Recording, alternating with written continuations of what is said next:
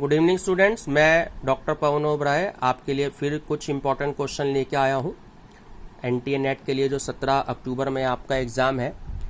देखिए, मैंने इन क्वेश्चंस पे सीधा आंसर टिक लगा रखे हैं और मैं चाहता हूँ कि आप सिर्फ आंसर पर ही फोकस करें। बाकी अदर वीडियोस में जो ऑप्शन बताते हैं तो सीधा आंसर भी इसलिए टिक लगा रखे हैं, आप सीधा क्वेश्चन पढ़ने के बाद सीधा आंसर पर ही फोकस करें। बाकी आपको ऑप्शन पे ध्यान देने की ज़रूरत नहीं है, ठीक है। इसलिए मैंने पहले से ही आंसर पे टिक लगा रखे हैं कि आप सिर्फ क्वेश्चन और बस उसके आंसर पे ही फोकस करें ताकि आपका टाइम वेस्ट होने से बच जाए। चलिए, नंबर फर्स्ट क्वेश्चन की बात करते हैं। 11वीं पंचवर्षीय योजना के दृष्टिकोण पत्र का उद्देश्य किसे प्राप्त करना है? तो उसका आंसर है ए, समाविष्ट विकास। क्वेश्चन नंबर सेकंड, राज्य अथवा केंद्र के अधीन प्रतिष्ठान को क्या कहते हैं? तो उसका आंसर है सार्वजनिक क्षेत्र। क्वेश्चन नंबर थर्ड, संतुलित विकास का अर्थ है, क्या अर्थ है? तो ऑप्शन नंबर सी, ऐसी स्थिति जिसमें सरकार का नियोजित खर्च उसकी अपेक्षित आय के बराबर होता है, ठीक। क्वेश्चन नंबर 4, ऐसा देश आपको बताना है जो विकासशील नहीं है और जिसने अभी तक विकसित देश की हैसियत हासिल भी नहीं की है। तो वो नीचे जो आपको ऑप्शन दिए गए उनमें से कौन सा देश है? तो मलेशिया, दक्षिण कोरिया, सिंगापुर, ठीक है। इनमें से कोई भी ऐसा देश नहीं है, तो ऑप्शन नंबर डी इसका करेक्ट आंसर है, इनमें से कोई नहीं। क्वेश्चन नंबर 5, भारत की पंचवर्षीय योजना का मसौदा किसके द्वारा अनुमोदित किया जाता है? देखिए, इसका आंसर फिलहाल इस क्वेश्चन में है योजना आयोग। योजना आयोग मैं आपको बता दूं तकरीबन 5 साल पहले खत्म हो गया था और 1 जनवरी 2015 से नीति आयोग की स्थापना हुई थी और हमारे देश के जो प्रधानमंत्री होते हैं वो नीति आयोग के अध्यक्ष होते हैं। तो इसलिए इस क्वेश्चन में तो आंसर योजना आयोग ठीक है, क्योंकि ये बहुत पुराना क्वेश्चन है, काफी साल पहले किसी एग्जाम में आया था कंपटीशन में। तो इसलिए अगर ये क्वेश्चन रिपीट होता है तो यहाँ पर योजना आयोग की जगह नीति आयोग आएगा और वही इसका करेक्ट आंसर होगा। चलिए, क्वेश्चन नंबर 6, लेखांकन का कौन सा सिद्धांत स्वामित्व एवं प्रबंधन में भेद करता है? तो सही आंसर है भिन्न तत्व का सिद्धांत। क्वेश्चन नंबर 7, किसी कंपनी की पूंजी को घटाना क्या कहलाता है? तो उसका आंसर है आंतरिक पुनर्निर्माण, ऑप्शन नंबर ए। पीवी रेशियो क्या बताता है? तो सही आंसर है ऑप्शन नंबर ए, लाभ अर्जन परिमाण। क्वेश्चन नंबर 9, AS3 यानी कि काउंटिंग स्टैंडर्ड जो 3 रिवाइज्ड है उसमें कैश का क्या अर्थ है? तो उसमें कैश का अर्थ है ऑप्शन नंबर सी, रोकड़ हाथ में डिमांड डिपॉजिट बैंकों में, cash in hand and demand deposits in bank. Question number 10, ये जो एक सूची है आपको इसमें टैली करनी है। तो देखिए, इसमें जो हमारा आंसर नंबर है, सॉरी थोड़ा डिस्टरबेंस के लिए, जो आंसर है वो हमारा ए ठीक है, यानी कि ए का 3। अगर हम ए के 3 की बात करते हैं तो जो ए है इसमें वो है रोकड़ समतुल्य, यानी कि कैश इक्विवेलेंट। तो अगर हम इसके ऑप्शन की बात करें तो इसका ऑप्शन जो 3 दे रखा है, तरल प्रतिभूतियां। ऑप्शन नंबर बी, औसत उगाही समय।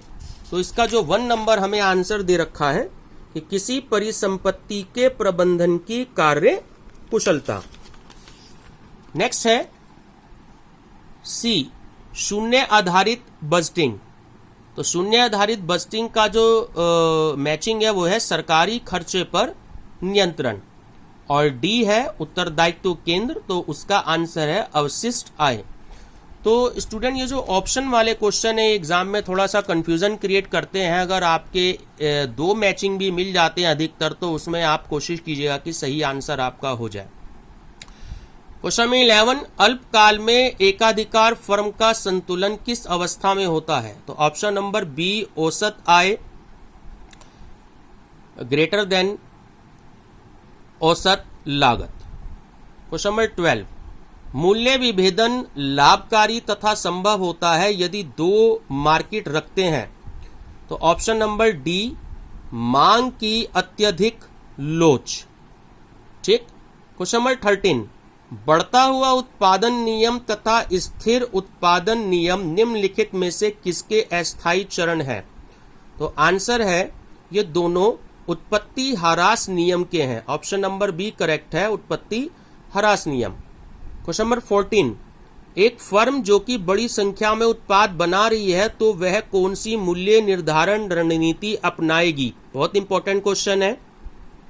तो ऑप्शन नंबर सी करेक्ट है कि उत्पादन अनुसार कीमत निर्धारण जो रणनीति है वो उस बड़ी संस्था द्वारा अपनाई जाएगी।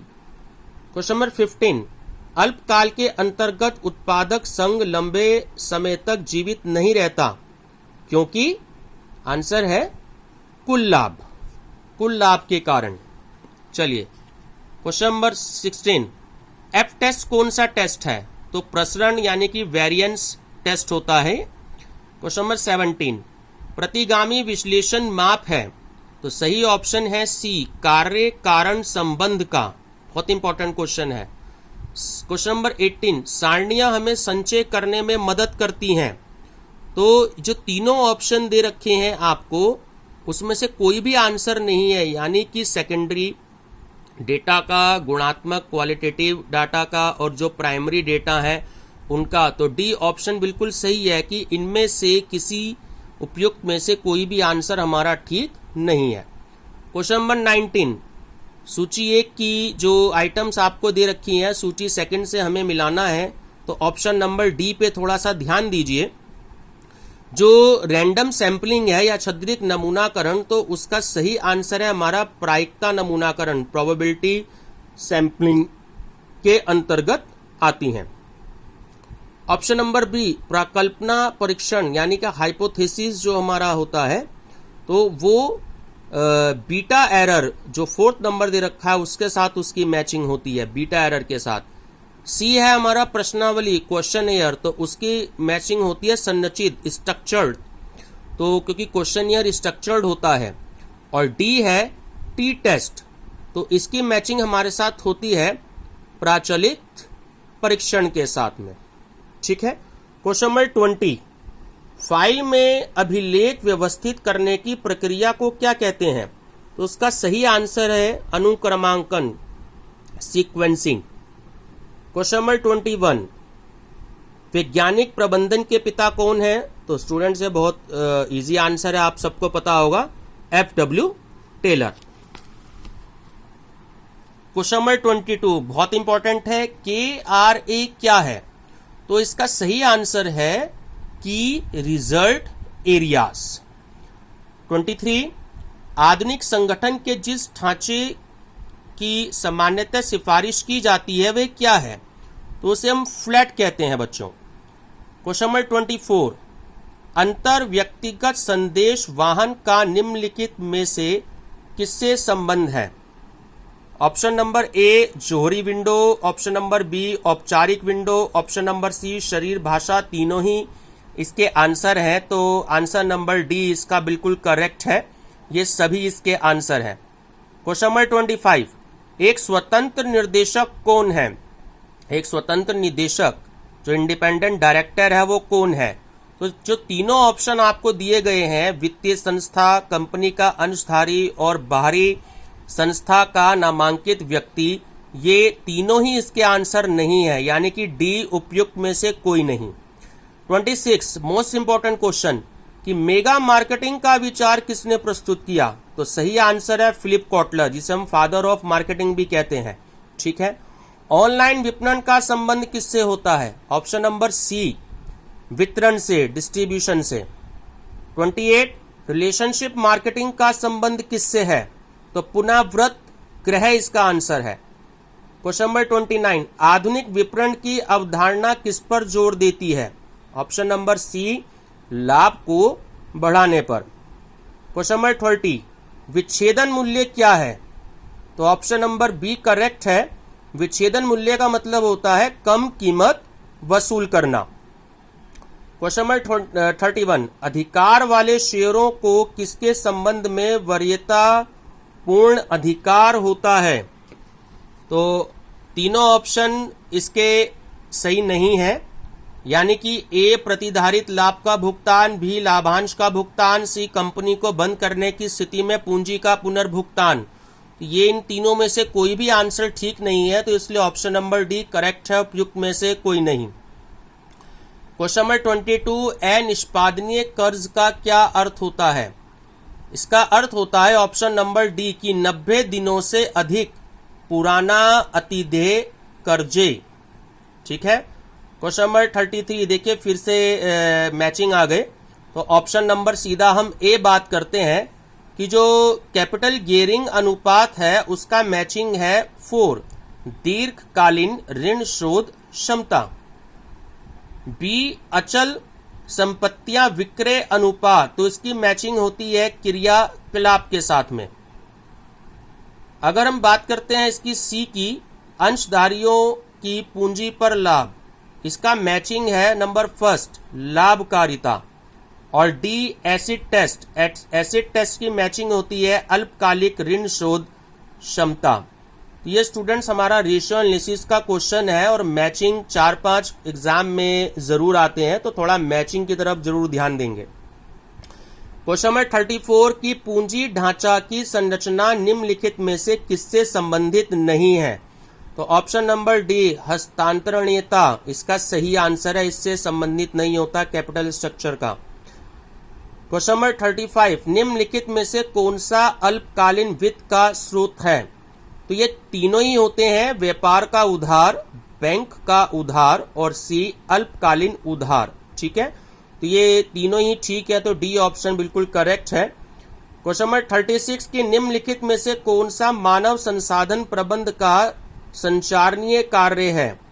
तो जो तीनों ऑप्शन दिए हुए हैं, नियंत्रण करना, संगठन करना और भर्ती, इनमें से कोई नहीं, तो ऑप्शन नंबर डी इसका करेक्ट आंसर है। 37 क्वेश्चन, चयन का अर्थ है? तो चयन का अर्थ होता है निष्कासन। क्वेश्चन नंबर 38, वेतन विभेदकों के निर्धारण के लिए किस विधि का उपयोग किया जाता है? तो बहुत इंपॉर्टेंट क्वेश्चन है ये। इसका सही आंसर है कार्य मूल्यांकन। 39, सामाजिक सुरक्षा के फायदे में शामिल है, क्या शामिल है? गैर वित्तीय प्रोत्साहन। क्वेश्चन नंबर 40, ये क्वेश्चन कई बार रिपीट हुआ है कई एग्जाम्स में कि कार्य निष्पादन मूल्यांकन का संबंध किससे है? तो इसका सही आंसर है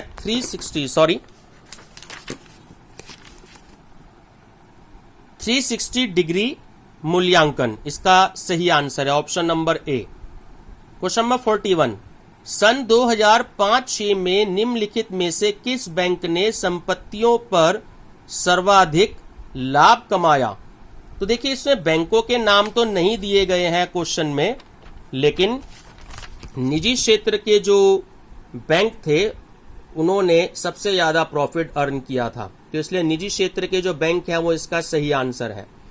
क्वेश्चन नंबर 42 कि एशिया के विकासशील देशों को निम्नलिखित में से कौन वित्तीय सहायता प्रदान करता है?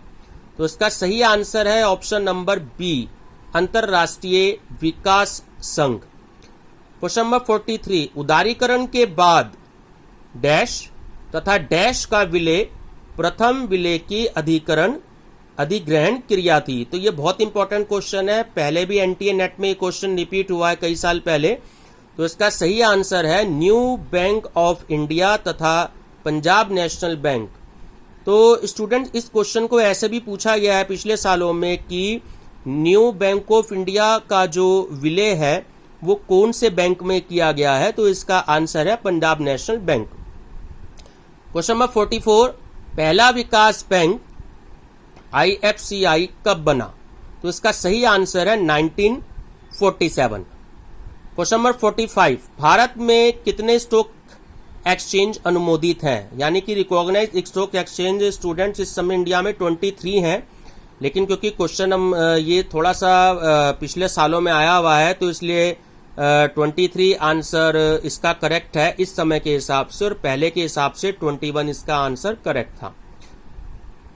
46 क्वेश्चन, हैप्पीनेस इंडेक्स अथवा हैप्पी प्लेनेट इंडेक्स को न्यू इकोनॉमिक फाउंडेशन तथा फ्रेंड्स ऑफ अर्थ द्वारा संयुक्त रूप से विकसित किया गया, ये दोनों कहाँ स्थित हैं? तो स्टूडेंट बहुत इंपॉर्टेंट क्वेश्चन है। ये जो दोनों स्थित हैं ये यूके में स्थित हैं। क्वेश्चन नंबर 47, अंतरराष्ट्रीय व्यापार के वित्त के लिए उपलब्ध सोना, सुरक्षित मुद्राओं तथा ऋण लेने का विशेषाधिकार यानी कि जो एसडीआर होता है उसकी मात्रा को क्या कहते हैं? तो अंतरराष्ट्रीय तरलता, ऑप्शन नंबर ए इसका करेक्ट आंसर है। Question number 48, the double tax avoidance convention DTAC pact किन देशों के मध्य प्रस्तावित हुआ? तो ये जो आपको इसमें देश दे रखे हैं भारत और चीन, भारत, सर्बिया और मांटेनेग्रो और ऑस्ट्रेलिया तथा चीन, इनमें से इसका आंसर कोई भी नहीं है कि क्योंकि इन देशों में किसी में भी जो है इसमें जो इनके मध्य ये हस्तांतरित नहीं हुआ है। क्वेश्चन नंबर 49, अंतरराष्ट्रीय व्यापार सिद्धांत में किसका योगदान है? तो ऑप्शन नंबर ए इसका करेक्ट आंसर है, बर्टिक ओलिन। और क्वेश्चन नंबर 50 बहुत इंपॉर्टेंट है कि ये जो स्टेटमेंट है इनमें से हमें जो है बिल्कुल रॉन्ग स्टेटमेंट बताना है जो मैचिंग नहीं करता। तो बाकी ए, बी और डी तो बिल्कुल करेक्ट है इसमें। तो जो सी है कि WTO वर्ल्ड ट्रेड ऑर्गेनाइजेशन व्यापार पर परिमाणात्मक प्रबंध की अनुमति नहीं देता। ठीक है स्टूडेंट्स, अगर वीडियो पसंद आए तो लाइक और शेयर जरूर करिएगा, सब्सक्राइब जरूर करिएगा और बहुत जल्दी इसकी जो है आपको PDF भी अवेलेबल हो जाएगी अगर आप इसकी PDF चाहते हैं तो। ठीक है, थैंक यू।